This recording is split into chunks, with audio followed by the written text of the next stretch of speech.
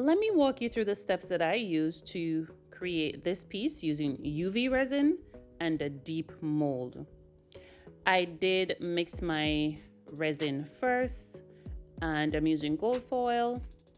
I used some pigments, a little glitter, and some acrylic paint to get the desired color that I wanted. It's a pretty lengthy process because UV resin is recommended to be used on smaller projects and smaller molds, but I was willing to try something new. I figured if I used multiple layers and really dry my resin along the way, it could definitely work. And it did. And it came out so nice. So you could definitely try. The thing that you need to know though, when you are doing your layers, do thin layers, and also cure each layer before moving on to the next. Okay? And you may need to cure from the top and from the bottom and from the side. So it is a lengthy process. It's not your typical resin project using a deeper mold. But if you want to speed it up, you can definitely try using the UV resin to acquire this design.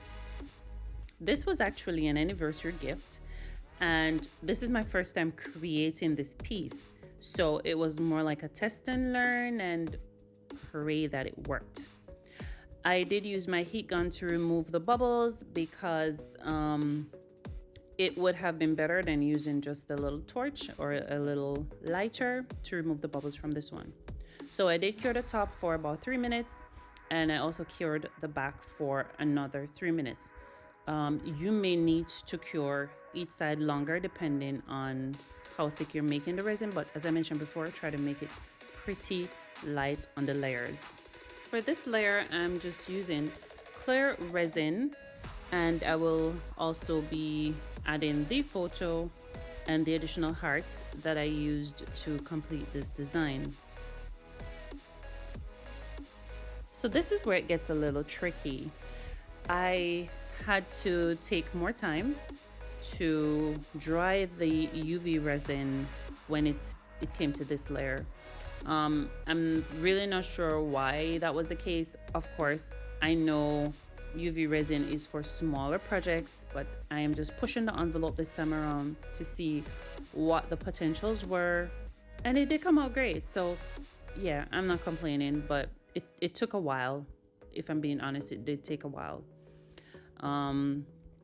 I didn't necessarily check how many minutes, but I continuously test my resin to make sure that it was drying properly.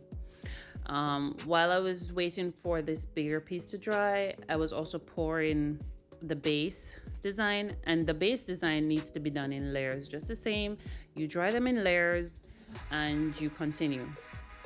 I did add an extra layer to kind of seal the design. If you want to call this layer doming, you could definitely call it doming. All right, so this is the finished look, and I am super happy with the outcome. I would definitely do this again. I think I needed let's say maybe a little bit less than 600 grams of UV resin to accomplish this. The instructions from the supplier did indicate that you needed a specific amount, but I realized that I needed more, but I was fine because I did have extra.